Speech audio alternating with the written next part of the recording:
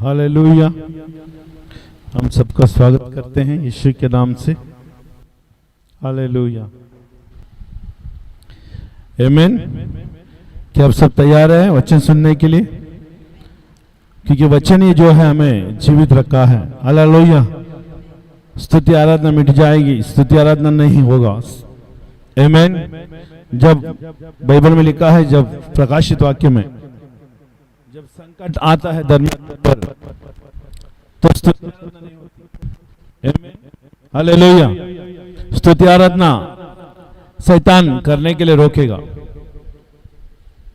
स्तुति आराधना करने के लिए रोकेगा, बाकी सारे काम करने के लिए रोकेगा, लेकिन परमेश्वर का वचन को मनन करने के लिए वो रोक नहीं पाएगा।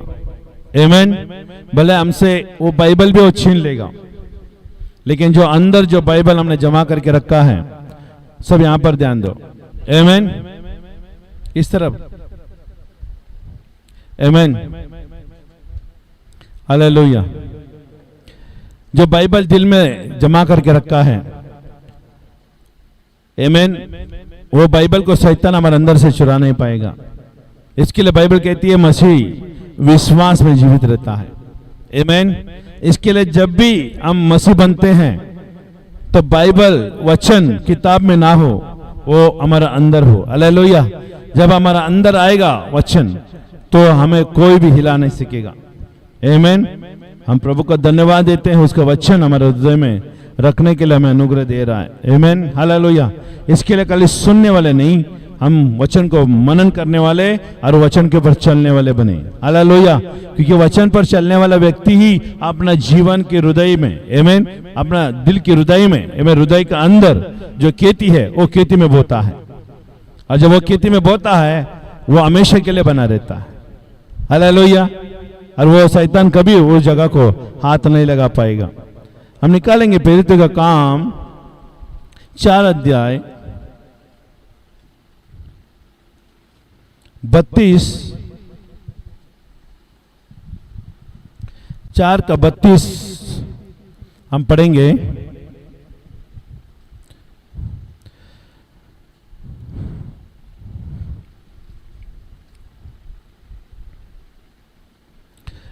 जब एक विश्वासी लोगों का जीवन किस तरह से प्रभु का राज्य में होना चाहिए, अब हम पढ़ेंगे 32 से 37 तक हम पढ़ेंगे। विश्वास करने वाले के मंडली एक चित्त होकर, एक चित्त और एक मन के थे। यहां तक कि कोई भी अपने संपत्ति अपने नहीं कहता था, परंतु सब कुछ साझे का था। प्रेरित बड़े सामर्थ्य से प्रभु यीशु के जी उठने की गवाही देते रहे, और उन सब पर बड़ा अनुग्रह छा गया, अनुग्रह था। उनमें कोई भी दरिद्र ना था, क्योंकि उनके पास भूमि या घर थे। उन्हें बेच बेच कर बिके हुए वस्तुओं का दाम लाते और उसे प्रेरितों के पांव पर रखते थे, और जैसे जिसे जिसे आवश्यकता होती थी उसके अनुसार वो हर एक को बांट दिया करते थे। यूसुफ नामक साइप्रस का एक लेवी, जिसका नाम प्रेरितों ने बरनबास अर्थात शांति का पुत्र रखा था, उसकी कुछ भूमि थी जिसे उसने बेचा और दाम के रुपए लाकर प्रेरितों के पांव पर रख दिया। आमीन। अभी ये वही लोग हैं जो आज उनके प्रतिनिधि हम कर रहे हैं। हालेलुया। हम प्रत्युत्तर कर रहे हैं, हम है वो लोग। हालेलुया। यीशु के जमाने में यीशु स्वर्ग में गया, प्रेरितों के पेंटिकोस्ट के दिन में पवित्र आत्मा आया, और पेंटिकोस्ट के दिन में पवित्र आत्मा आकर ज्यादा दिन भी नहीं हुआ, 2 अध्याय में प्रेरित 2 अध्याय में पवित्र आत्मा उतरा, और हम 4 अध्याय में हैं। 2 के बाद कितना आता है? 3 के बाद कितना आता है? 4। अभी देखिए 2 अध्याय से लेकर 4 अध्याय में इतने सारे परिवर्तन हो रही है। एक मजबूत विश्वासी जो परमेश्वर के वचन के ऊपर चलने वाला विश्वासी, खाली नाम के लिए नहीं, काम के लिए होने वाला विश्वासी, जो नाम पे विश्वास नहीं करता, वो परमेश्वर के काम के ऊपर यकीन करता है, परमेश्वर के काम के ऊपर वो चलता है, यीशु मसीह ने किए हुए कार्यों के ऊपर चलता है, यीशु ने किए हुए बातों के ऊपर वो चलता है, यीशु ने किए हुए अद्भुत कार्य और जो उसने कहा आज्ञा पालन करने के लिए, वो आज्ञा पालन के ऊपर वो विश्वास करता है। वही व्यक्ति प्रेरितों के काम में वो अपने आप को मजबूती से बनाए रखेगा और सारे अपने जीवन में हर मोड़ में जो परमेश्वर उनके सामने जो भी लाएगा वो पूरा करते हुए आगे बढ़ेगा। देखिए यहां पर ध्यान से देखिए, विश्वास करने वाले के मंडली एक चित्त और एक मन के थे।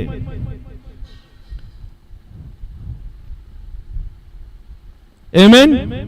आपने यहां पर कुछ मिस कर दिया, आमीन भी नहीं, हालेलुया भी नहीं है, क्योंकि बाइबल में यहां पर लिखा है विश्वास करने, आपका आमीन और हालेलुया से मुझे कोई फर्क नहीं पड़ता, अगर कहे या फर्क नहीं करे तो भी फर्क नहीं पड़ता, लेकिन प्रकाश जो है ना, अपने जुबान से निकलने वाले बातों से आप एहसार करते हो, इतरार करते हो कि मुझे मालूम पड़ रहा है। आमीन, हालेलुया। इसके लिए विश्वास करने वाले की मंडली यहां पर लिखा हुआ है। आपके घर में बैठकर आप मंडली बना नहीं सकते, आप अपने घर में बैठकर ऑनलाइन में देखकर आप मंडली की भागीदारी नहीं हो सकते। अलग अलग व्यक्ति सुन रहे, अलग अलग अंग आकर एक अंग बनती है, उसको मंडली कहते हैं। हेलो, एक परिवार मंडली नहीं है, एक परिवार और दूसरा परिवार और तीसरा परिवार चौथा परिवार आकर एक जगह के सामूहिक जगह में आकर मिलती है, उसको मंडली कहते हैं। हमेशा याद रखना है, तुम अपने मन मर्जी से कलीसिया में नहीं चल सकता, अपने मन मर्जी से जब भी आए जब भी उठ के आना है तभी उठ के नहीं आ सकता। सुन रहे, स्तुति आराधना खत्म होने के बाद नहीं आ सकता। यहां तो अनुग्रह है, लेकिन एक एक ऐसे कलीसिया में ऐसे उसको अर्धा रास्ते से भगा देते, उसको बाहर ही भगा देते उसको, ताकि उनको सीख मिले, कलीसिया में आने का ढंग तो सीख सके। यही बर्ताव है ना, दूसरों को भी असर करती है। और दूसरे लोग भी कल क्या बोलेंगे मालूम है, अरे वो आते हैं तो कुछ नहीं बोलते और हम आएगा तो तुम लेट आएगा तो हमको क्यों बोल रहे हो। ये खराब बीज है, खराब फल है, दूसरे को खराब कर रही है, अच्छा फलों को खराब कर रही है। सुन रहे, व्हाट्सएप में मैंने एक ना स्टेटस में मैंने एक ये चीज डाली थी, एक खराब फल दो फल रहता है और एक दो फल में एक फल खराब हो जाता है और दूसरा फल उसको लगा चिपके रहने के कारण खराब वाला फल अच्छा फल को लग जाती है और वो क्या करती है, अच्छा फल को भी उसने खराब कर दिया। उसमें सीख क्या मिला मुझे, कलीसिया में तुम्हारा आने का बर्ताव, आकर कार्य करने का बर्ताव दूसरे के ऊपर असर करती है। इसके लिए परमेश्वर कलीसिया में सावधान रहता है, सावधान रहते हैं उस मंडली के व्यक्ति के अंदर चाल चलन किस तरह से चल रही है। हम नहीं देखेंगे लेकिन परमेश्वर देख रहा है, क्योंकि परमेश्वर का मंडली है। हेलो, आप कोई किसकी मंडली पे आए, किसकी उपस्थिति में आए, किसकी मंडली है, किसके नाम से जुड़ी हुई मंडली है, ये हमें मालूम होना चाहिए कि हम परमेश्वर की मंडली में आए, ना कि मनुष्य की मंडली में। हम किसी की तरफदारी करने के लिए नहीं आए, किसी को बुराई करने के लिए नहीं है, हम परमेश्वर से महिमा पाने के लिए आए हैं, अनुग्रह पाने के लिए, कृपा पाने के लिए आए हैं। यहां पर देखिए ध्यान से, हमेशा जहां भी मंडली का शब्द आता है, अलग अलग व्यक्ति को मिलकर मंडली बनाया जाता है, हम बोलते हैं कई सारे लोगों को मिलकर मंडली बनाया जाता है। अरे एक परिवार मंडली नहीं हो सकती। आमीन। अभी हम ये कह सकते हैं यहां पर मंडली बैठी है, क्योंकि यहां पर चार फैमिली का मंडली बैठी है। हालेलुया। ये चार फैमिली का मंडली यहां पर बैठी हुई, इसको हम मंडली कहते हैं। और यहां पर देखिए, विश्वास करने वाले के मंडली में हाथ तो गए, मंडली जमा हो चुकी है, लेकिन उनका अंदर क्या होना चाहिए, क्या होना चाहिए, क्या होना चाहिए, एक चित्त होना चाहिए। चित्त का मतलब एकता, यूनिटी। और वो एकता और यूनिटी होती है ना, वो प्रभु के वचन के आधार पर होना चाहिए। आपका बुनियाद परमेश्वर के वचन पर होना चाहिए, एक चित्त। हर एक मन का चित्त एक होना चाहिए। एक ही सामूहिक प्रार्थना, एक ही परमेश्वर की विश्वास करने वाले, हम सब एक ही एक नाम के ऊपर विश्वास करने वाले लोग हैं, वो यीशु मसीह का नाम। और हम एक ही राज्य के ऊपर विश्वास करते हैं, और एक ही है ना राज आने वाली है, और उस राज्य का ज्योति के संतान हम सब एक है। एक चित्त होकर आए। पहले एक चित्त होने से पहले आपको पहला कलीसिया में एक होने का सीखना पड़ेगा। एक दूसरे का भाईचारा सीखना पड़ेगा, एक दूसरे को सराहना सीखना पड़ेगा, एक दूसरे को क्षमा करना सीखना पड़ेगा, एक दूसरे को प्रेम करना सीखना पड़ेगा, एक दूसरे को कमजोरों को उठाने वाले सीखना पड़ेगा। हालेलुया। एक चित्त और एक मन के थे। देखिए मंडली में चित्त, एक चित्त और एक मन के होना चाहिए, तब परमेश्वर के आत्मा वहां पर आने के लिए सोचेगा। आएगा नहीं, सोचेगा। मंडली एक यीशु के नाम से जमा हो जाना चाहिए। यीशु के नाम से बुलाए हुए लोग, चुने हुए लोग एक मन एक है ना, यीशु के नाम से जमा हो जाए। खाली जमा होने से कुछ नहीं होगा। आप यीशु के नाम से आके बैठे, कुछ नहीं होने वाला। लेकिन उसके पीछे क्या होना चाहिए? एक मन और एक चित्त होना चाहिए। तब पवित्र आत्मा आने के लिए सोचेगा, अतः पवित्र आत्मा नहीं आएगा। कलीसिया में अगर फूट है, मंडली में फूट है, एक दूसरे का बुराई है, एक दूसरे का निंदा है, वहां पर नहीं आता। कहां लिखा है फूट की जगह पर पवित्र आत्मा आया? कहां लिखा है फूट की जगह पर परमेश्वर के वचन ने बहुताई से कार्य किया? बाइबल में कहीं भी नहीं लिखा है। मैंने पढ़ा भी नहीं ऐसे किताब, ऐसा वचन वहां पर लिखा करके। लेकिन प्रभु का वचन कहता है जहां पर एकता है, आमीन, जहां पर एक प्रेम है, मसीह का प्रेम है, अगापे प्रेम है। प्रेम का मतलब है अगापे प्रेम होना चाहिए। अगापे मतलब सब कुछ त्याग कर प्रेम करने वाले,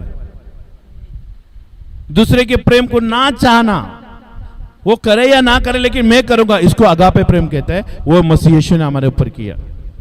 सुन रहे? हालेलुया बोलेंगे? आवाज नहीं आया। हालेलुया बोलेंगे? आमीन, हालेलुया। एक मन के थे। मंडली में एक चित्त एक मन होना जरूरी है, और इसके ऊपर आप घर में अमल करना चाहिए। अगर प्रभु यीशु से आशीष चाहिए तो, अनंत काल का जीवन चाहिए तो, तकलीफ का समय में प्रभु आना चाहिए तो, अगर आपके घर में कोई ऐसा इमरजेंसी बीमार हो गया, अगर आपके घर में कोई भी अचानक बीमार हो गया, हॉस्पिटल में एडमिट हो गया, डॉक्टर ने कहा कोई आशा नहीं है, तब आप कितना भी अगर परमेश्वर को पुकारेगा, वो परमेश्वर नहीं आएगा। क्योंकि ये कानून लागू करना जरूरी है अपना जीवन भर, रोज जीवन भर। परमेश्वर को अपने तरफ से बनाए रखना है। भले हॉस्पिटल में गए, डॉक्टर भी कहा नो होप है, लेकिन हमारा पास एक होप है। मंडली प्रार्थना करेगी, मंडली उसको मौत से छुड़ा कर लाएगी। मंडली में अगर आप बेर करोगे, मंडली में आप अपने आप को दुश्मनी में लाओगे, मंडली प्रार्थना नहीं करेगी, अगर आप तकलीफ में हैं, तो आपका परिवार में से कोई ना कोई नष्ट हो जाएगा। मंडली में आप एक दूसरे को बनाए रखना है, मददगार के लिए, प्रार्थना के लिए, अपना फेवर में बनाए रखना है मंडली में। और सबसे ज्यादा परमेश्वर को बनाए रखना है। परमेश्वर को आपकी ओर बनाए रहने दो हमेशा के लिए।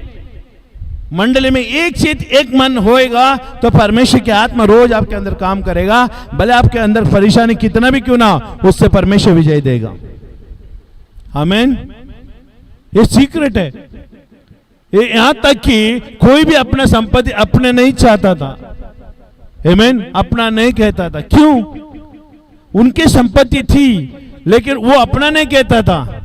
क्यों नहीं कहता था मालूम है? पवित्र आत्मा वहां पर अपना संपत्ति से ज्यादा प्रेम दिखाता था। संपत्ति से ज्यादा, अपनी चीजों से ज्यादा परमेश्वर अद्भुत कार्य कर रहा था वहां पर। वो उस लेवल तक की कलीसिया आ चुकी थी, वहां तक वो आ गई थी जो अपना घर, अपना संपत्ति अपना नहीं समझते थे। परमेश्वर की आत्मा ने उनको इतना ऊपर उठाया था कि वो संसार की कोई भी चीजें उनका अपना नहीं समझते थे। वहां आत्मिक वातावरण होती है, वहां तक हमें पहुंचना है। हालेलुया। परंतु एमेन कहते थे, परंतु सब साझे में था। साझे में मतलब इक्वल में था, सबकी समान था, सबको जरूरत के हिसाब से था। वहां पर सांझ का था। फिर बड़े सामर्थ्य से प्रभु यीशु की जी उठने की गवाही देते रहे और उन सब पर बड़ी अनुग्रह था। अभी एक बताए, मंडली आ गई है, एक चित एक मन हो चुके हैं, वहां भी कुछ नहीं होने वाला। आगे कहती है सब एक साथ कहते हैं, लेकिन परमेश्वर यीशु मसीह का नाम उस मंडली में सारे लोगों को फैलाना जरूरी है। अनुग्रह आने के लिए, परमेश्वर का फेवर आने के लिए सुसमाचार देना जरूरी है। प्रेरितों के काम सुसमाचार के ऊपर ज्यादा नजर लगाती है, ना कि आपका जीवन के आडंबर के ऊपर। अगर सुसमाचार, प्रेरितों का काम सबसे ज्यादा यीशु के ओर नजर लगाती है। यीशु को सारे जगह में लोगों के सामने प्रकट करो। आप काम पे जा रहे यीशु का नाम प्रकट करो, घर में आ रहे यीशु के नाम प्रकट करो, हर जगह में यीशु के नाम को प्रकट करना चाहिए, तब अनुग्रह उनके ऊपर बनी। अनुग्रह का नाम, देखिए यीशु का नाम जहां भी जाएगा आपके मुंह से अनुग्रह आपके ऊपर आएगा। इसके लिए यहां पर लिखा है उनके ऊपर बड़े अनुग्रह था, क्योंकि यीशु का नाम को और यीशु जी उठने की कार्यों को वो लोग लोगों के सामने प्रचार कर रहे थे। आज कितना आप प्रचार करते हैं लोगों को यीशु के नाम पर जी उठने का? आपका अधिकार बनता है प्रचार करने का, आपका कर्तव्य बनता है प्रचार करने का। यीशु मसीह मुर्दों में से जी उठा है, वो हमारा प्रभु है, आपका भी प्रभु है। जैसे मैंने नकारा था, लेकिन जब सच्चाई मालूम पड़ा, मैंने यीशु को स्वीकारा, आज आप भी उसी तरह से करेंगे। सुसमाचार जाना जरूरी है, भले वो माने या ना माने, आपके मुंह से सुसमाचार जाना जरूरी है। यीशु मसीह प्रभु ये जाना जरूरी है। ये हमारा मुंह से निकलने वाले शब्द है। अभी मुझे बताया, प्रेरित लोग सुसमाचार देते थे यीशु मसीह जी उठने का, वो किताब पढ़ के जाते थे। उस समय में किताब नहीं था। हेलो, यीशु मसीह का किए हुए कार्यों का किताब नहीं था। वो लोग ने अनुभव किया था ना, वो अनुभव से वो लोग बताते थे यीशु मसीह मुर्दों में से जी उठा है। लेकिन आज हमारे पास किताब है, फिर भी काम नहीं हो रहा। आज हमारे पास सब कुछ दिया गया, अधिकार दी गई है, किताब दी गई है, पवित्र आत्मा दी गई है, फिर भी मुंह से यीशु का नाम, यीशु को जी उठने का लोगों तक पहुंच ही नहीं रहा। क्यों? अविश्वास। अविश्वास और परमेश्वर का राज्य का भूख और प्यास मर चुकी है। और जिसके भी अंदर परमेश्वर का राज्य का भूख और प्यास मर चुकी है, वो आत्मा में नहीं जग रहा है, वो शरीर में जग रहा है। और जिस दिन वो शरीर का काम पूरा हो जाएगा उसका, वो तुरंत उसका नाश होना निश्चित है। एक व्यक्ति संसार में अच्छी तरह से जी सकता वही है जो यीशु का नाम को लोगों तक पहुंचाने का काम करता है, उसके ऊपर अनुग्रह बने रहते। अनुग्रह का मतलब है रोज नया जीवन प्रभु में दे रहा है, रोज सुबह उठने के लिए हमें मदद कर रहा है। अनुग्रह ही होता है। आज के लिए अनुग्रह दी थी, कल सुबह के लिए भी हमें अनुग्रह चाहिए, तो आज हमें यीशु के ऊपर विश्वास करना पड़ेगा। आमीन। प्रभु कहता पहला एडवांस दो, विश्वास का एडवांस दो। अगर तुम्हें कल जी उठना है तो आज विश्वास का एडवांस दो। आज विश्वास का एडवांस डिपॉजिट किया तो कल तुझे देखने को मिलेगा दिन। हेलो, परमेश्वर का राज्य में इस तरह से चलता है, डिपॉजिट पहला करो, बाद में तुमको माल आएगा। विश्वास डिपॉजिट करो पहला, अगले दिन तुम देख पाओगे। अगर आज डिपॉजिट नहीं किया ना कल के लिए, विश्वास आज नहीं किया प्रभु से, तो कल का दिन भी आप विश्वास नहीं कर पाओगे। कल का दिन हमें जिंदा रहने के लिए, कल सुबह हमें उठने के लिए आज विश्वास को डिपॉजिट करना पड़ेगा यीशु के पास। रात को सोते समय यह कहना है, प्रभु आज के दिन विश्वास करने के लिए तूने अनुग्रह दिया, आज मुझे तुझ पर विश्वास करते हुए तेरे वचन के ऊपर चलने के लिए अनुग्रह दिया, आज तू मेरा प्रभु बनने के लिए मैं धन्यवाद देता हूं। मैं प्रार्थना कर रहा हूं कल भी तू मेरा प्रभु रहेगा। कल भी तू मेरा उद्धार करता रहेगा, कल भी तू मेरा चंगाई करता रहेगा, कल भी मैं दिन देखूंगा, कल का दिन मेरे अनुग्रह के लिए दिन होगा। इस तरह से प्रार्थना करके सोओगे ना, कल का दिन परमेश्वर उठाएगा आपको। अनुग्रह का अर्थ यह है, पहला डिपॉजिट करना पड़ेगा प्रभु के राज्य में। हालेलुया। उसमें कोई भी दरिद्र ना था। देखिए, एक मंडली एक मन होकर एक चित्त होकर आता है और यीशु का नाम को अपने जुबान पर लेती है। बाइबल बताती है वो कलीसिया में कोई भी गरीबी नहीं रहेगा, कोई भी दरिद्र नहीं था, क्योंकि उसके पास भूमि या घर थे। वो बेच बेच कर बिकी हुए वस्तुओं का दाम लाते और पीड़ितों के पांव पर रखते। ये लोग क्यों? वो ये पीड़ितों ने नहीं कहा ये करने के लिए, ये पवित्र आत्मा ने उनको कहा करने के लिए। कभी भी मत समझना कलीसिया में वो पास्टर जी ना इतना पैसा मांग रहा है, इतना वो कर रहा है, ये कर नहीं। ये लोग बेच बेच कर पीड़ितों के पैर में रखते थे। पीड़ितों ने नहीं कहा ये चीजें, मुझे तुम्हारा घर बेचकर तुम्हारी संपत्ति बेचकर पैसा लाके दो, वो लोग ने नहीं कहा। पवित्र आत्मा ने उनको फोर्स किया। एक सच्चा मसीह के लिए पवित्र आत्मा का अगुवाई होना जरूरी है।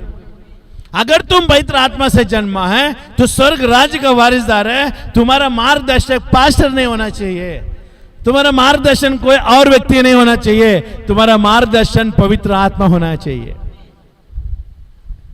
You must depend on the Holy Spirit, not on the person. मनुष्य अगुवाई करेगा ना कहीं खड्डा आएगा, वो गिरा देगा। लेकिन परमेश्वर की आत्मा अगुवाई करेगा ना, जो खड्डा आएगा भी सही, लेकिन उसको पत्थर से भरकर उसमें रास्ता बनाएगा, वो गिरने नहीं देगा। हो सकता है कि खड्डा आया, लेकिन वो उठाएगा, जम करके वहां पर पहुंचाएगा। पवित्र आत्मा का अगुवाई में होना जरूरी है। और ये सारे लोग है ना, बेच बेच कर वो लोग ला कर पीड़ितों के पैर में रखते थे, क्योंकि पवित्र आत्मा ने उन्हें अगुवाई दिया। मंडली इस तरह से होना चाहिए। आज हमारा मंडली किस तरह से होना चाहिए? नया जन्म पाया हुआ कलीसिया किस तरह से होना चाहिए? एक मन होकर एक चित्त में होकर आना चाहिए। आमीन। जब तक ये कलीसिया जिंदा रहेगी तब तक ये वचन प्रचार किया जाएगा, और जो कान में घुसा नहीं जा रहा है उसको घुसाया भी जाएगा, कान में भरा जाएगा ये बात को। जब तक कान में भरकर वो कार्य नहीं कर लेना, पवित्र आत्मा कहेगा, पवित्र आत्मा कहता है आमीन, जिसके पास कान है वो सुन ले पवित्र आत्मा क्या कहता है। पवित्र आत्मा बार बार ये बातें दोहराएगी, बार बार आपको यकीन दिलाएगी। परमेश्वर का आत्मा का काम है कि नहीं सुन रहे हो, सुनाने के लिए बार बार वचन प्रचार किया जाएगा। आमीन। और देखिए, पैरों रखते थे और जैसे जैसे आवश्यकता होती थी उसके अनुसार अरे को बांट दिया करते थे। ये बांट देने का काम प्रेरित लोग करते थे, लेकिन लाने के लिए प्रेरित लोग नहीं कहते थे, पवित्र आत्मा कहते थे। पवित्र आत्मा के द्वारा दी हुई ना, तुमको कोई चीज की कमी नहीं होगी। आप पवित्र आत्मा को मानकर पवित्र आत्मा के अगुवाई में आप जो भी बीज बोएगा ना, वो बीज व्यर्थ नहीं जाएगा, आशीष में आएगा। क्यों? क्योंकि आप किसी मनुष्य के सुनकर नहीं दे रहे हो, पवित्र आत्मा को सुन के दे रहे हो। इज वेरी इंपॉर्टेंट, बहुत जरूरत है ये चीजें, क्योंकि वही हमें सब कुछ देने वाला। भले आप डालकर आप भूल गए, बोलेंगे मेरा अभी भी आशीष नहीं आया, परमेश्वर बोलता निश्चित समय पर जो बोए वह बीज के ऊपर मैं आशीष को लाऊंगा। और आज मैं पढ़ रहा था, जो बीज जमीन पर जाकर मर नहीं जाता अकेले रहता है। सुन रहे? जो बीज जमीन पर गिरता है वो मरता नहीं, वो अकेला रहता है, लेकिन जमीन में जाने के बाद वो मर जाता है, बहुत सारे हो जाते हैं, उसको फसल कहते हैं। एक बीज मर गया और इतना सारा फसल आया, और वो मरा नहीं, अकेला ही रहेगा। आज भी कलीसिया में कई सारे लोग हैं ना, अकेले हैं, प्रभु के लिए अपना जीवन को त्याग नहीं दिया है, प्रभु के लिए अपना जीवन को संपूर्ण रीति से बलिदान नहीं किया है, अपने आप को समर्पण नहीं किया है। परमेश्वर अपना शरीर को मारने के लिए नहीं दिया है, परमेश्वर को अपने शरीर को मारने के लिए देना है, कूटने के लिए देना है। प्रभु जैसा चाहिए तो वैसा तो बना, ताकि मेरे अंदर से फल निकले। तो किसान बन जा, आमीन। तू मेरे ये पेड़ को चाटने वाला बन जा, हर चाट कर बाट कर तू ऐसा बना ताकि मेरे अंदर से फल निकले, तब परमेश्वर उसको निकारता है। हालेलुया। इजाजत देना जरूरी है परमेश्वर को। हालेलुया। और देखिए 36 में यूसुफ नामक साइप्रस का एक लेवी था जिसके नाम प्रेरितों का बरनबास आता है ना, शांति का पुत्र रखा था। उसने कुछ भूमि थी जिसे उसने बेचा और दाम के रुपए लाकर प्रेरितों के पांव में रख दिया। यहां भी क्या प्रेरितों ने कहा था लाने के लिए?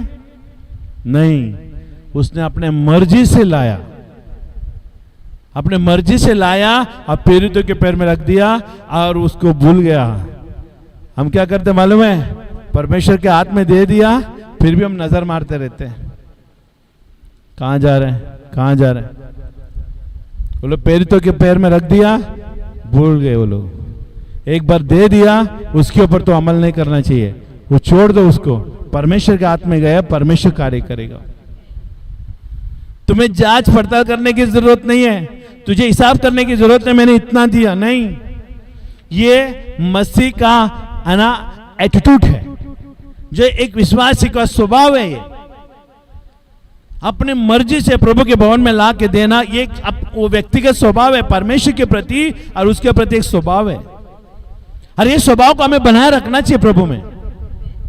ये प्रेरित लोग नहीं सिखा रहे थे चीजें, ये पवित्र आत्मा सिखाता था उसको। जितने भी मंडली बैठे थे उनको पवित्र आत्मा सिखाता था। कलीसिया में इस तरह से होना चाहिए, हर एक से बातें कर रहा था, हर एक लोगों ने अपने अपने मन से ये बातें करके ला रहे थे, और प्रेरितों को सहायता मिलती थी ताकि लोगों को बांटने के लिए। सुन रहे? हालेलुया। तो ये बहुत जरूरी है, एक संबंध है ना, एक एटीट्यूड हमारे अंदर होना चाहिए, एक स्वभाव हमारे अंदर होना चाहिए। और जब तक एक मसीह इस स्वभाव को नहीं पहचानता है ना वचन पढ़कर, वो तब तक वो बड़ा नहीं प्रभु में, वो बच्चे का बच्चा रहेगा। कितना भी साल बढ़ेगा उसका, लेकिन बच्चे का बच्चा रहेगा, उसके स्वभाव को बढ़ेगा नहीं। ये सब हमको सुन के देख के पढ़ के हमें बढ़ना चाहिए। हम सुन के देख के बढ़ते हैं, हम वचन पढ़ते हैं, हम बढ़ते हैं। वचन हमें बढ़ाने के लिए मदद करती है, ना कि घटाने के लिए। आगे देखिए 5:1 में, अनन्या नामक एक मनुष्य और जिसका पत्नी सफेरा ने कुछ भूमि बेची और उसके दाम से कुछ रख छोड़ा, और यह बात उसकी और उसकी पत्नी जानती थी, और उसका एक बाग लाकर प्रेरितों के पांव पे आगे रख दिया। अभी मुझे बताए, अभी इन लोग भी वही करने लगे, आमीन। लेकिन इनमें क्या धोखा पाया गया? भूमि भी उनकी थी, पैसा भी उनकी थी, समझ में आ रहा है? लेकिन इन लोगों ने क्या किया? भूमि बेचने से पहले देखिए मसीह का मानसिकता, हमें प्रभु में बढ़ना किस तरह से, हम उसके बारे में सुन रहे हैं। तुम प्रभु कलीसिया में आकर तुम किस तरह से बैठ रहे हो, वो मैं बोल रहा। प्रभु में आने के बाद तुम्हारा मानसिकता किस तरह से बढ़ रही है? हेलो, तुम्हारा मानसिकता किस तरह से बढ़ रही है? तुम्हारा स्वभाव परमेश्वर के राज्य में किस तरह से बढ़ रहा है? ये अनन्या सफारी से हम देख सकते हैं। तुम अनन्या और सफारी के जैसा ना बनो, तुम्हारा मानसिकता को सीधा करो परमेश्वर के सामने। भूमि बेचने से पहले उसने मन में डाल लिया कि जो भी भूमि बेचेगा वह प्रेरितों के पैर पे लाके रखूंगा। उसको यहां तक वो लोग थे, ठीक थी। और भूमि इस तरह से निर्णय करने वाला कलीसिया के व्यक्ति के साथ परमेश्वर रहता है, और अच्छा दामों से वो जगह को भेजेगा, अच्छा मुनाफा के द्वारा भेजेगा। क्योंकि यहां तक अनन्या सफरिया का क्या है निर्णय परमेश्वर के आत्मा के साथ ठीक था। लेकिन यहां पर क्या हुआ? भूमि बेची, जो पैसे जो आए ना, पैसा आने के बाद जो वो निर्णय कर रहे थे, वो निर्णय से वो लोग खरे उतरने नहीं चाहे। सुन रहे हैं यहां पर ध्यान से? हेलो, यहां पर देखिए एक विश्वासी का मानसिकता कलीसिया में परमेश्वर के साथ किस तरह से होना चाहिए, और वो अगर गलत करोगे तो किस तरह से उसका क्या होता है। जमीन बेचने से पहले उसका मानसिकता परमेश्वर के साथ सही था, लेकिन जब बेचने के बाद जो पैसे जो आया, वो पैसे की वजह से वो नजरिया जो देखने का, कभी भी हम परमेश्वर के लिए जो अर्पण देते हैं, जो हमारे जीवन को देते हैं, जो भी हम परमेश्वर के लिए देते हैं, वो नजरिए को कभी भी अलग ना करो। जो नजरिया आपने पहले से परमेश्वर के साथ रखा था उसी को ही बनाए रखो, उसी में परमेश्वर बरकत देगा। परमेश्वर कभी भी जोर जबरदस्ती नहीं लेता। ये बात हमारे दिल में, मन में हमेशा गांठ बांध के रखना है। परमेश्वर हमारा छीनने वाले नहीं है, परमेश्वर को देने के द्वारा दोबारा देने वाला परमेश्वर है। ये मानसिकता हमारे अंदर होना चाहिए। अगर किसी भाई बहनों को बुला के प्रभु के राज्य में आप बीज बो रहे हो, आपको क्या मन में विचार है, तो वो व्यक्ति के अंदर ये मालूम, ये बात होना चाहिए, मैं मेरे मन से हर्ष से मैं देता हूं ताकि मैं दोबारा पा सकूं। हालेलुया। और मेरे परमेश्वर के राज्य में बोने से मैं नुकसान में नहीं हूं, मैं फायदे में हूं। मैं मसीह में ये सीखा, ये बात अगर वो समझ गया ना, वो कभी भी प्रभु का राज्य में गरीब नहीं रहेगा, मांगने वाला नहीं रहेगा। सब आप देते हैं ना उसके ऊपर नहीं है, सब आप सोचते हैं ना उसके ऊपर डिपेंड करता है। आप प्रभु के साथ किस तरह से व्यवहार आप मानसिकता में कर रहे हो ना, उसके ऊपर परमेश्वर तुम्हारे ऊपर न्याय करेगा। अभी इसका मानसिकता के ऊपर परमेश्वर न्याय कर रहे हैं। देखिए यहाँ पर ध्यान से, उन लोगों ने कुछ भूमि बेची और उसके दाम से कुछ रख छोड़ा। अभी मानसिक देखिए, पैसे सामने दिख रहा है लेकिन उस कुछ पैसे को अपने घर में रख छोड़ा। इसका मतलब यहाँ पर खराब हो गए, उसका मानसिकता में क्या हो गया, खराबी आ गए। मसीह के लोगों के अंदर ये आज कमी पाई जा रही है। खाली पैसे के बारे में नहीं बात कर रहे हैं, खाली आप पैसे दो परमेश्वर के लिए नहीं, आपका जीवन का भी इन्वेस्टमेंट के ऊपर बात कर रहा है, आपका संबंध के ऊपर भी बात कर रहा है। तुम्हारे संबंध में अगर कड़वाहट आ चुकी है परमेश्वर के प्रति, वो हर चीजें बिगड़ने लगेगी। तुम्हारा उठना बैठना, प्रार्थना करना, स्तुति आराधना करना, वचन पढ़ना, लोगों को सुसमाचार देना, हर चीजों में अगर कुछ कम किया है, परमेश्वर वहां पर पूरा बरकत नहीं दे पाएगा। ये लोगों ने कुछ रख छोड़ा और ये बात उसको पत्नी भी जानती थी और उसको एक बाग लाकर प्रेरितों के पांव पे आगे रख दिया। उसको पत्नी भी जानती थी। इसके लिए कभी भी पति पत्नी के बीच में बुराई के लिए एक साथ ना होना चाहिए। हेलो, बुराई के लिए कोई भी एक साथ नहीं होना चाहिए, अपोजिट होना चाहिए। देने के लिए एक होना चाहिए सुन रहे, सेवा करने के लिए एक होना चाहिए। लेकिन अगर परमेश्वर के राज्य के प्रति और सच्चाई के प्रति अगर कुछ भी अगर वो कर रहे हैं, उसमें दोनों विभाजित होना चाहिए, अलग होना चाहिए, अपोजिट होना चाहिए। या तो पति कर रहा है ऐसा तो पत्नी विरोध में खड़ा रहना चाहिए, मत कर, रख उसको। अगर पत्नी ऐसा कर रही है लालच, पति बोलेगा है निकाल उसको, रख।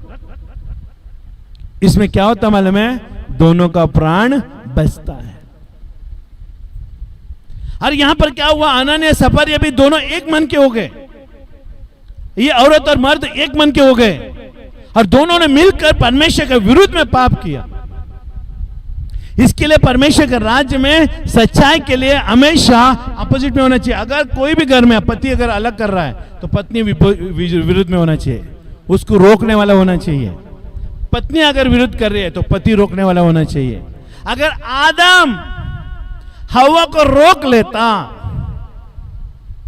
तो आज ये दिन देखना नहीं पड़ता, लेकिन आदम ने हवा को नहीं रोक पाया, ये सबसे बड़ा गलती हो गई। आदम ने ये कह लेता, खबरदार मेरे बगैर कुछ भी ऐसी चीजें की तो करने से पहले मेरा परमिशन लेना पड़ेगा। अगर इतना डर उसका अंदर रहता और इतना आदर पति का प्रति रहता, वो पाप नहीं हो पाता। अभी यहां पर हम क्या देख रहे हैं, दोनों का मन एक हो गया। आज कई सारे परिवार में ना एक औरत और मर्द का मन एक है, इसके लिए बरकत नहीं हो रही है। परमेश्वर के राज्य में वो लोग सेवा के लिए, परमेश्वर के राज को बढ़ाने के लिए एक मन हो, हर चीज के लिए एक मन हो। लेकिन खराब चीजें करने के लिए अगर दोनों एक मन है तो परमेश्वर वहां पर नहीं आएगा। सुन रहे ध्यान से, समझ में आ रहा है। हनन्याह सफरिया का गलती यही हो गया। औरत भी जानती थी लेकिन औरत ने विरोध नहीं किया। पति ने रख छोड़ा लेकिन औरत जानती थी। अभी यहां पर हम देख रहे हैं पति ने रख छोड़ा पैसा, लेकिन बाइबल बताती है औरत भी जानती थी। औरत अगर रोक लेते ना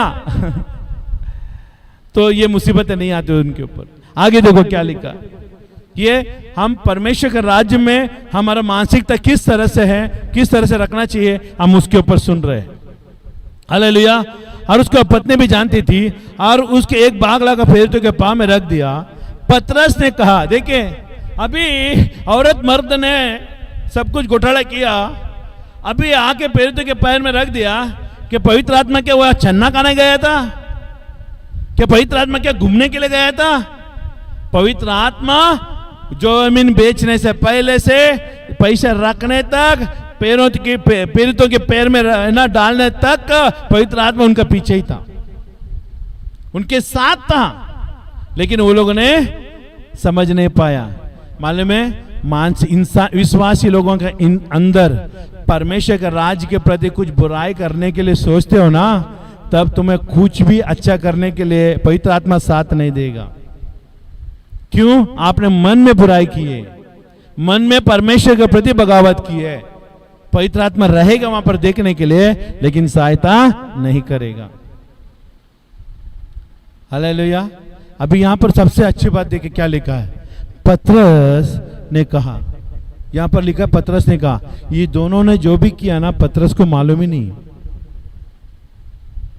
इसके लिए घर में तो जो भी बोल के आएगी ना यहां पर, तो यहां पर परमेश्वर भविष्यवाणी के द्वारा तुझे बताएगा।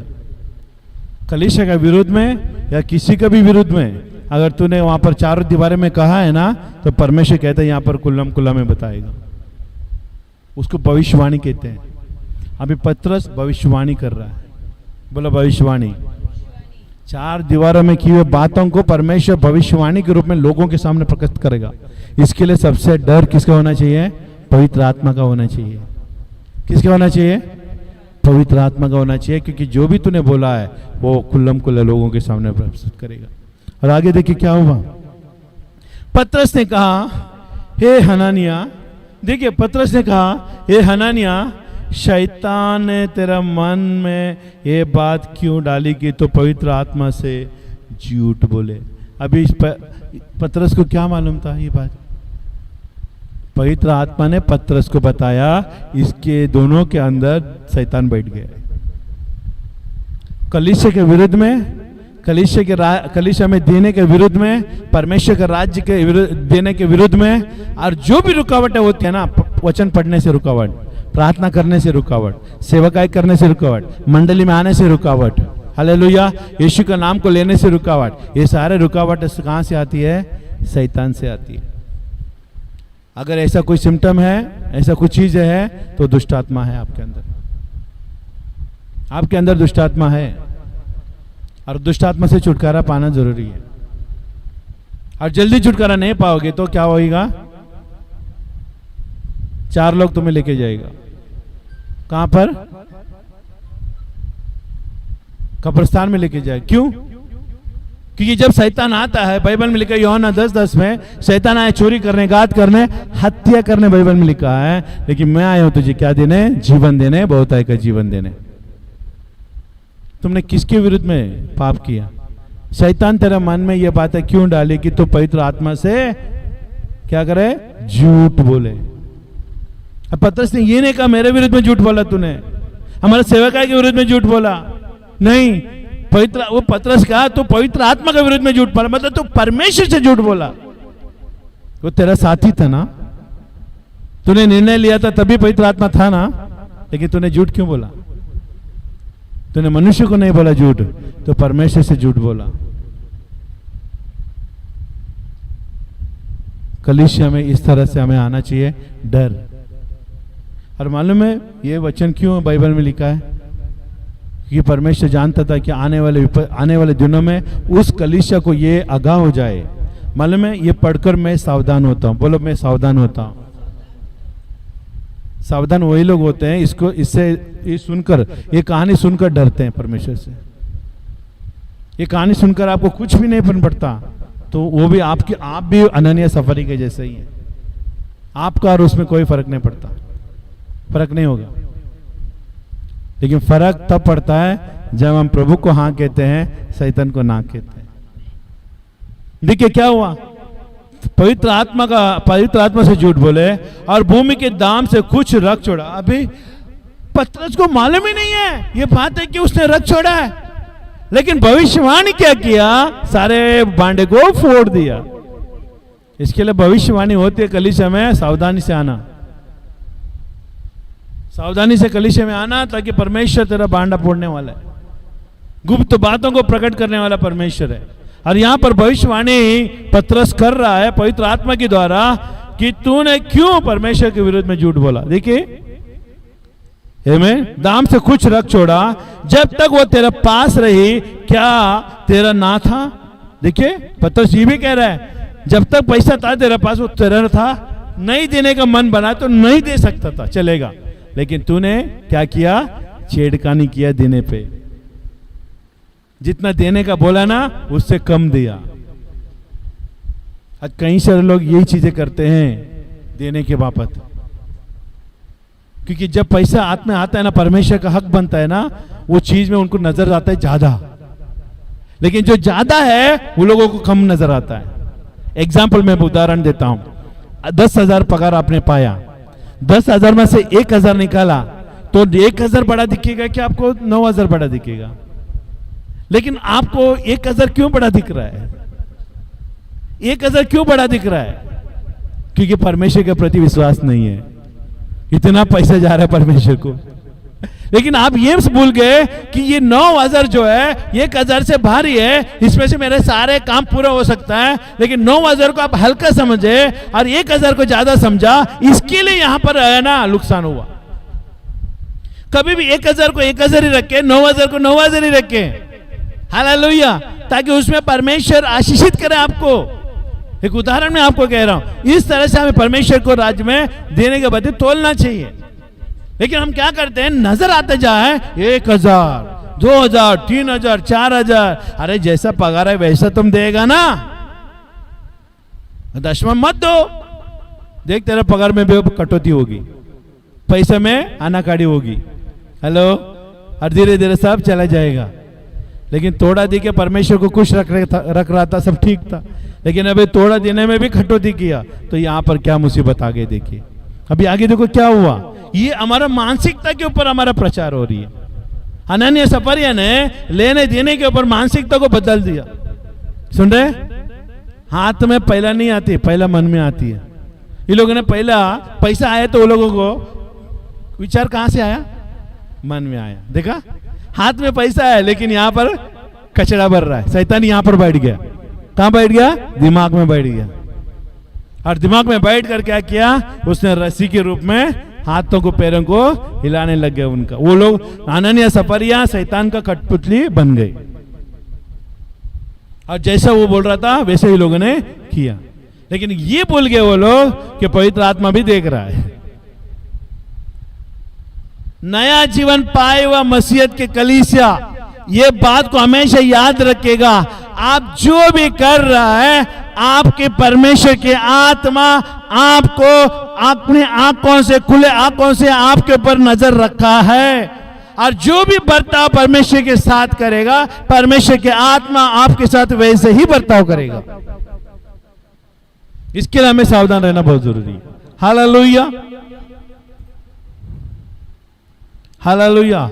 और जब बिक गई तो क्या तेरे वश में ना था? तूने ये बात अपने मन में क्यों विचारी? तू मनुष्य से नहीं परंतु परमेश्वर से झूठ बोला है। अरे प्रभु यीशु ने हमें नया जीवन दिया है, सच्चाई से मुझे प्रेम किया है, लेकिन तू परमेश्वर से झूठ बोलने लग गया, जिसने हमें जीवन दान दिया, मरते मरते व्यक्ति को जीवन दिया। हेलो, जाति धर्म मूर्ति पूजा से, हर एक बंधन से, बीमारी गरीबी अकाल शैतान का बंधनों से, श्राप में हम डूबे हुए थे, और वही यीशु मसीह ने हमें उस सब से बाहर निकल के लाया, और उससे हम झूठ बोल रहे हैं। हम उनसे झूठ बोल सकते थे जो इसने मेरे लिए कुछ नहीं किया, लेकिन जिसने मेरे लिए सब कुछ किया है, और उनके प्रति हम क्या कर रहे हैं, झूठ बोल रहे हैं। हम विश्वास योग्य नहीं है। इसका मतलब हम उस परमेश्वर से ना झूठ बोलने लग गए हैं, क्योंकि आज भी संसार की चीज हमारे अंदर से निकली नहीं है, शैतान हमारे अंदर से निकली नहीं है, शैतान का स्वभाव हमारे अंदर से निकली नहीं है। इसके लिए हम सच्चा परमेश्वर के विरुद्ध में झूठ बोल रहे हैं। और जब आपको पता चल जाएगा ना संसार के ईश्वरत्व के अंदर क्या ताकत है और हमारा परमेश्वर के प्रति क्या ताकत है, ये दोनों जब सामने आएगी ना, तब आपको पता चलेगा कि हम किसके विरुद्ध में पाप कर रहे थे। दोनों को आजमाओ आप अपने जीवन में, पहले वाले ने आपको क्या दिया और दूसरा वाले ने आपको क्या दिया। हालेलुया। इसके लिए हम पहले वाले को ऐसा लात मार के भगाया, खबरदार वो आए तो हमारे नजदीक में। क्यों? क्योंकि उसने हमारे लिए कुछ अच्छा नहीं दिया, कुछ अच्छा नहीं दिया। हमें पानी पिला के सुलाया उसने, भूखा पेट सुलाया उसने, हमारा बचपन को छीन लिया उसने। अरे ऐसा उस व्यक्ति के प्रति हमारा हमदर्दी नहीं होना चाहिए, नहीं होगा। लेकिन जो दूसरा मिला वो बचपन को हो गया था, उसने फिर से लौटाया। जो भूखा सोया था उसको पेट भर खा कर सोने के लिए उसने हमें मजबूर कर दिया। जो खो गया था सब कुछ उसने लौटा के दिया। इसके लिए वो दूसरा अच्छा है पहले से। आमीन, हालेलुया। हमारा यीशु मसीह हमारे लिए अच्छा है। इसके लिए यीशु का प्रति हम कभी भी हमारा जीवन को है ना कभी भी अपवित्रता से नहीं ला सकते। 5 में देखें, ये बातें सुनते ही हनन्याह गिर पड़ा और प्राण छोड़ दिया। आपको लग रहा है ये ताली बाइबल में उसी समय में हुआ? अभी भी होगा, अभी भी होगा ये चीजें। लेकिन ये निर्णय कब होता है? ये चीजें कब होती है मालूम है? जब आप परमेश्वर को जिस बात के लिए वादा करते हो ना, उसके ऊपर निर्णय करता है। यानी सफर ने क्या दिया? हम जमीन बेचेंगे और जो भी पैसा आएगा प्रेरितों के पैर में रखेंगे और वो लोग प्रभु के राज्य में इस्तेमाल करेंगे, सेवा काय में इस्तेमाल करेंगे। सही है कि नहीं? लेकिन उन्होंने उससे छेड़छाड़ की, उनका मानसिकता के ऊपर बदलाव लाया और क्या हो गया? उनको प्राण छोड़ दिया। हम इसको खाली पैसे में नहीं तोले, उसको व्यवहार से भी तोले। आमीन। उसको मानसिकता के ऊपर भी हम ना सीख मिले, हमें उसके स्वभाव में भी सीख मिले। आज जो साथी दिया है वो साथी का बर्ताव भी हमारे प्रति क्या है वो भी हम सीख मिले। हेलो, समझ रहे? अगर इस तरह से चीजें हो रही है, पति पत्नी विरुद्ध हो जाना चाहिए। ऐसा विरुद्ध होना चाहिए कि दोनों का प्राण बच जाए। हेलो, दोनों का प्राण बच जाए, कोई भी ना मरे, पाप की क्षमा मांग ले। लेकिन दोनों एक हो गए इस चीजों में, कंजूसीपन में, छुपाने में, परमेश्वर का हक चुराने में। तो अगर दोनों एक संग हो गए तो कौन बचाएगा? परमेश्वर के विरुद्ध में पाप किया तो कौन बचाएगा? कोई नहीं बचा सकता। हालेलुया। इन्हें उठकर उसके आरती बनाए और बाहर ले जाकर गाड़ दिया। मैं आगे नहीं जाऊंगा, और भी ज्यादा है। उसी तरह से देखिए, उसका औरत को भी पतरस ने पूछा और पतरस ने क्या किया? उसी बातों के ऊपर उसने खरा उतरी और वो भी प्राण छोड़ दिया और वो भी मर गए और उसको भी गाड़ दिया। आज हम ये देखना चाहते हैं कि हमारा स्वभाव परमेश्वर के राज्य में कैसा है, हमारा उठना बैठने का स्वभाव परमेश्वर के राज्य में कैसा है। क्या तुम परमेश्वर के राज्य को किस नजरिए से तुम देख रहे हो? ये उसके ऊपर डिपेंड करता है। आमीन, हालेलुया। आगे देखिए, प्रेरित के काम 17-21 में, 17-21, प्रेरित के काम 17-21 में देखो क्या लिखा है।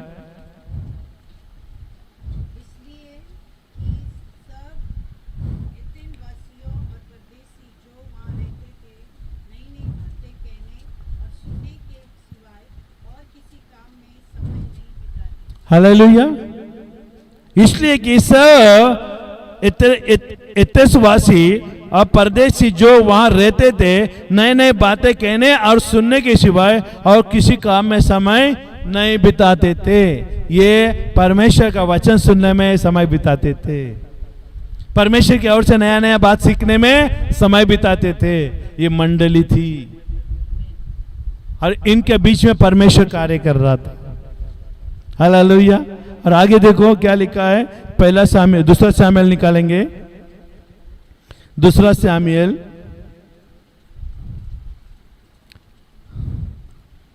दूसरा सामुएल का 6 अध्याय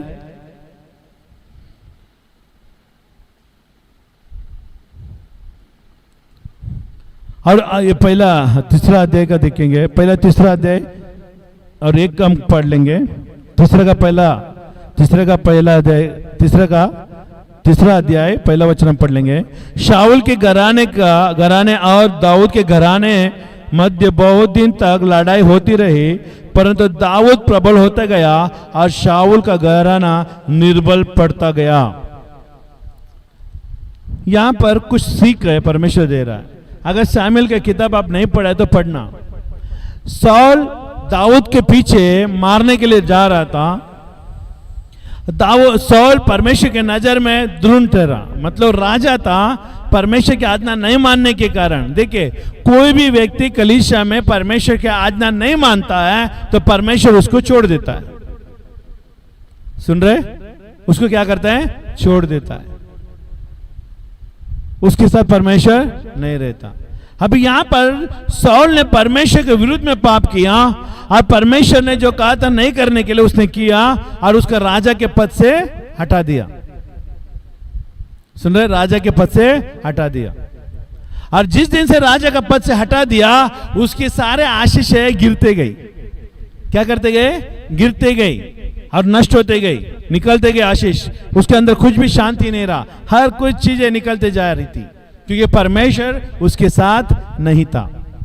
लेकिन यहां पर आगे देखते हैं कि होते रही, परंतु दाऊद प्रबल होते गया। क्यों दाऊद प्रबल होते गया? क्योंकि दाऊद परमेश्वर के साथ था और दाऊद जो भी करता था परमेश्वर की इच्छा से करता था। आप जीवन में प्रबल तभी हो सकते हैं जो परमेश्वर ने कहा आपको करने के लिए करोगे, आप सफल हो जाओगे। शाऊल यहां पर गिर रहा है, दाऊद उठ रहा है। क्यों?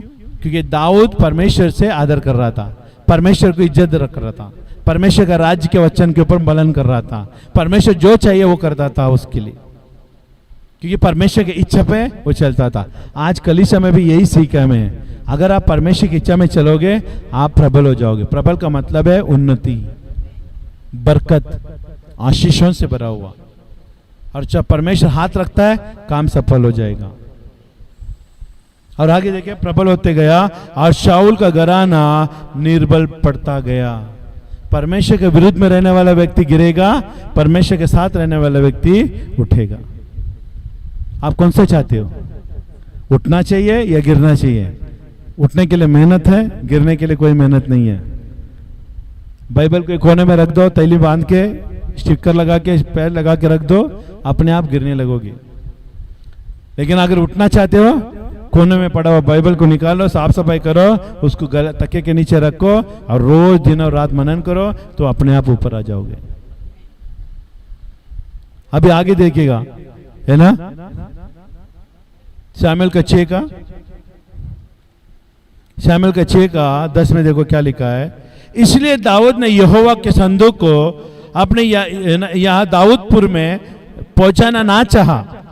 देखिए दाऊद, हेमन, परमेश्वर के संदूक मालूम है आपको? परमेश्वर के संदूक का अंदर क्या था? माना था, हारून का लकड़ी थी, 10 आज्ञा थी। समझ में आ रहा है? माना, संदूक का अंदर क्या था यह हमें मालूम होना चाहिए। अगर विश्वासी है तो प्रभु स्वर्ग में पूछेगा आपको। आप स्वर्ग में जाने के बाद प्रभु पूछेगा आपको ये संदूक के अंदर क्या था। हालांकि आज अभी मालूम होना चाहिए आपको संदूक के अंदर क्या था। और कई सारे लोगों को मालूम ही नहीं, विश्वासी है, यीशु नाम, यीशु नाम, यीशु नाम। लेकिन किसी ने पूछ लिया आपको संदूक के अंदर क्या था। नारे तो बहुत अच्छा लगाते हो, गाना भी अच्छा गाते हो, ताली तो इतना अच्छा बजाते हो, ऐसा लगता है कि तो कई सारे साल का पुराना विश्वासी है, तेरे तो बाइबल बाहट होगा। लेकिन ये भी नहीं मालूम कि तेरे अंदर वो संदूक के अंदर क्या था। क्या आपका पास्टर ने आपको नहीं सिखाया? या पास्टर ने सिखाया तभी आप क्या सो रहे थे? आप मसीह होने का क्या दावा करते हो?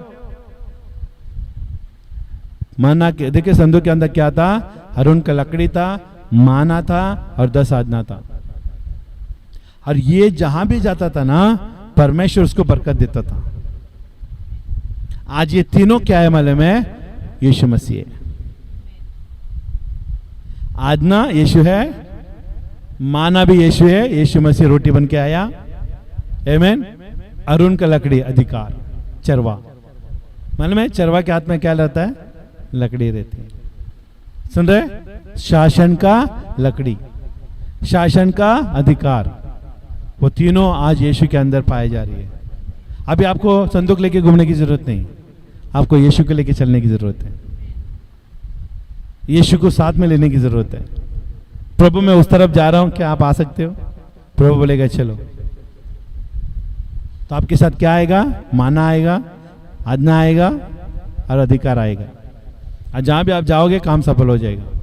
इसके लिए परमेश्वर ने मूसा को उसका जो लकड़ी थी वो लकड़ी को उसने लिया और इस्तेमाल किया और अभिषेकित किया, आशीषित किया, और वो क्या हो गया? चमत्कार का लकड़ी बन गई। तभी वो जाके फिरौन के सामने यह अधिकार कर पाया। अब यहां पर देखिए सीखने का क्या होता है। दाऊद ने, है ना, इसलिए दाऊद ने यहोवा के संदूक को अपने यहां दाऊदपुरी में पहुंचाना ना चाहा, परंतु गतवासी ओबेदेदोम के ये यहां पहुंचाया। ओबेदेदोम के मतलब एक विश्वासी था, एक घराना था, एक परिवार था, उसके घर में उसको रख दिया। आमीन। ये संदूक को उसको वहां पर रख दिया और रख के उधर क्या किया? राज दाऊद है ना अपना राज शासन करने लगा। लेकिन देखिए क्या हुआ, जहां जिस घर में भी परमेश्वर की उपस्थिति है वो घर में बरकत ही बरकत रहेगा। इसके लिए आप परमेश्वर की उपस्थिति को बनाए रखिएगा। अभी देखो आगे क्या हुआ है। आमीन। ओबेदेदोम के यहां पहुंचाया। यहोवा का संदूक गतवासी ओबेदेदोम के घर में 3 महीने तक रहा। कितना महीने तक रहा? 3 महीने तक रहा। और यहोवा ने ओबेदेदोम के उसके समस्त घराने को क्या दिया? आशीषित किया। जिसके घर में यीशु मसीह की उपस्थिति है उस घर में आशीष ही आशीष बना रहेगा। परमेश्वर की उपस्थिति नहीं है, बरकत ही नहीं आपके घर में। देखिए 3 महीना उसके घर में संदूक रहा और बाइबल बताती है उसको इतना परमेश्वर ने आशीषित किया, उसका पूरा घराना आशीषित हो गए। हेलो। लेकिन दाऊद भी चालाक है, चालाक कोमड़ा है वो, एक नंबर का को सुनने वाला। देखिए 10 में 12 में क्या लिखा है। तब दाऊद राजा को यह बताया गया, देखा, दाऊद राजा को यह बताया गया कि यहोवा ने ओबेदेदोम को घराने पर और जो कुछ उसके है उस पर परमेश्वर के संदूक के कारण, याद रखिएगा, बात को अंडरलाइन करना कभी भी, परमेश्वर के उपस्थिति के कारण ही तेरे घर में बरकत रहेगा। अगर आपके घर में परमेश्वर की उपस्थिति नहीं है, आप कितने भी हाथ पैर मारो मेहनत करने, काम पगार पाने के लिए या पैसा कमाने के लिए, आशीष लाने के लिए, कभी भी नहीं आएगा। आएगा तो भी टुकड़े टुकड़े में आएगा, टुकड़े टुकड़े में चले जाएगा। लेकिन यहां पर बाइबल बता रही है, देखिए मैं वापस में पढ़ना चाहता हूं 12। तब दाऊद राजा को यह बताया गया कि यहोवा ने ओबेदेदोम के घराने पर आशीष और जो कुछ उसका है उस पर भी परमेश्वर के संदूक के कारण आशीष दी है। किसके कारण आशीष दी है? बोलो, संदूक के कारण आशीष दी है। बोलो ना जोर से, संदूक के कारण आशीष दी है। मुंह खोलो यीशु के नाम से। शैतान ने आपका मुंह को बंद करके रखा है। आशीष और ना आशीष होना आपके मुंह में। आमीन, हालेलुया। और जो कुछ उसके उस पर परमेश्वर के संदूक के कारण आशीष दी है। तब दाऊद ने जाकर, देखिए, जब आशीष उसको मिल रहा है तो दाऊद जान गया, अरे आशीष वहां पर जा रही है सब, तो तुरंत उसने क्या किया? तब दाऊद ने जाकर परमेश्वर के संदूक को ओबेदेदोम के घर से दाऊदपुर में आनंद के साथ पहुंचा दिया। देखा, अभी उसके घर में आशीष आ रही है। दाऊद को मालूम पड़ गया। आशीष किस कारण से आता है आपके घर में? हेलो, उपवास करने से, प्रार्थना करने से, हेलो, आके बैठ के जाने से, यहां से, यहां के हा करने से आशीष आते हैं। उसकी उपस्थिति को आप लेके चलने से उपस्थिति को लेकर चलने के लिए यहाँ पर साफ होना जरूरी है, मानसिकता ठीक करना जरूरी है। सुन रहे? यहाँ पर अगर ठीक नहीं ना तो बाकी जो भी करते हैं ना वो सब खराब ही निकलेगा। सुन रहे? यहाँ पर ठीक होना जरूरी है। परमेश्वर मेरा मन में पहले आता है, उसके बाद में हृदय में आता है। परमेश्वर कभी भी हृदय में जंप नहीं मारता है, मन में आता है, क्योंकि हृदय में जाने का रास्ता है मन। बोलो, मेरे हृदय का रास्ता मन है। और मन को अगर तू खराब रखेगा ना, कुछ नहीं मिलेगा। इसके लिए परमेश्वर के प्रति, उसकी कलीसिया के प्रति, परमेश्वर के अगुवाओं के प्रति तेरा मन में हमेशा साफ सफाई रखो। सुन रहे? दाऊद परमेश्वर के प्रति अपने मन को साफ सफाई में रखा था, उसके विरुद्ध में कोई भी बुरी बात है वो नहीं सुनता था। क्यों मालूम है? उसने जीवन में अनुभव किया कि परमेश्वर ने मेरे साथ क्या काम किया। एक व्यक्ति वो तब भी परमेश्वर के बात को है ना नकारता है जब उसके जीवन में कुछ नहीं किया है, कुछ नहीं मिला है। लेकिन जिसके जीवन में परमेश्वर ने बहुत कुछ दिया है, भले दुश्मन भी आकर कहेगा कि यीशु मसीह खराब है, वो बोलेगा तू पहला खराब है, कि मैं जानता हूं मेरा प्रभु कितना भला है। आमीन। क्योंकि मेरा जीवन का अनुभव मुझे यकीन दिलाती है कि यीशु मसीह क्या है। दाऊद भी यही जानता था, दाऊद ये जानता था ये बातों को, इसके लिए उसका मन को खराब नहीं किया और वो अपने दिल में परमेश्वर को बना के रखा था। आपका आशीष का आने का दरवाजा है मन। मन को साफ रखो, परमेश्वर के प्रति मन को साफ करो। आज इस संसार में वही चीज है, दूसरा कोई चीज अपने अंदर नहीं है। मन को साफ करके आप जाओगे, परमेश्वर आपके करीब है। परमेश्वर की उपस्थिति आपके अंदर इस तरह से बनी रहेगी, जहां भी जाओगे काम सफल होगा। सुन रहे? हालेलुया। मन हृदय का रास्ता है, और जब मन खराब है तो हृदय में जो भी डालेगा वो भी खराब ही जाएगा।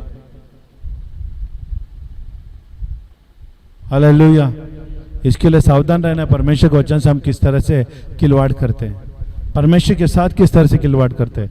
हमने आज जो भी बताया, हमारा व्यक्तिगत ना चाल चलन परमेश्वर के प्रति किस तरह से होना चाहिए और किस तरह से हमारा उठना बैठना होना चाहिए, और उसके ऊपर अमल कर रहे हैं हम। और अमल करने के लिए प्रभु का धन्यवाद हो, प्रेरितों के काम की किताब हमको दिया है। आमीन। उस समय में उनके पास नहीं था, लेकिन आज हमारे पास है।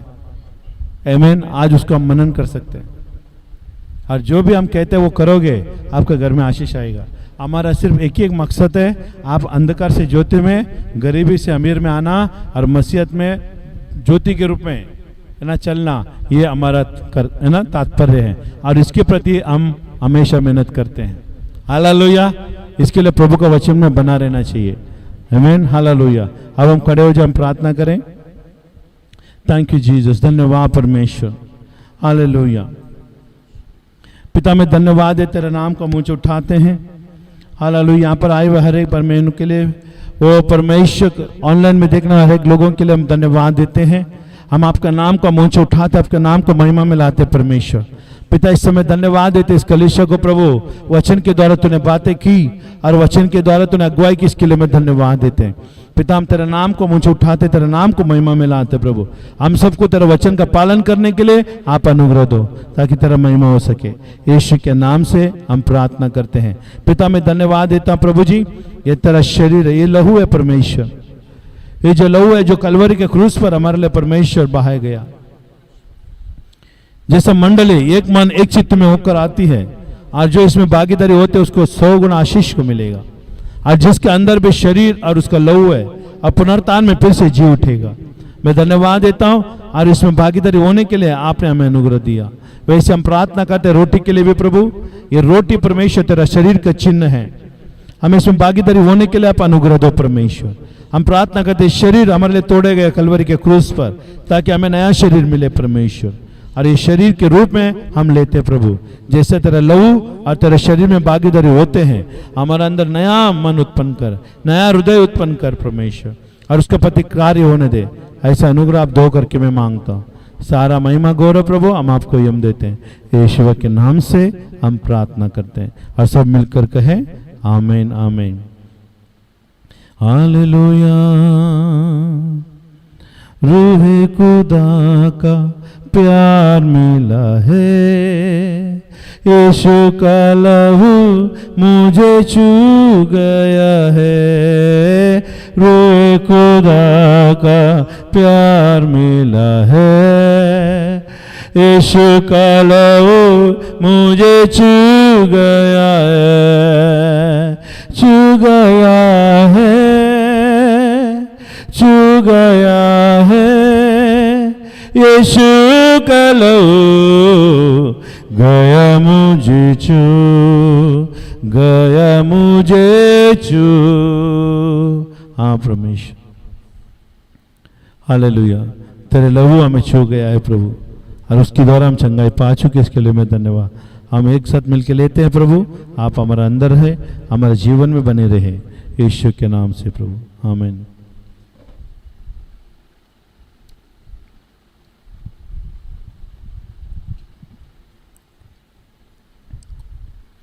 हम ऑफरिंग को लेंगे, हम प्रार्थना करेंगे ऑफरिंग के लिए। पिता मैं धन्यवाद देता हूँ जितने भी लोग अपना ऑफरिंग अपना ऑनलाइन में माध्यम के द्वारा हर स्थानीय में परमेश्वर जो भी उठाए उस सबको आशीषित करे, और जो बीज उदार मन से पवित्र राज्य में बोते, जो संकोच नहीं करते, उसको बलवस्ती की कोई गठरी नहीं होती प्रभु। हम विश्वास करते परमेश्वर तूने बोया हुआ बीज परमेश्वर जो उन लोग तेरे राज्य में बो रहे हैं उसको 100 गुना आशीषों में बदल देगा, 80 रुपये तेल से अभिषेकित करेगा।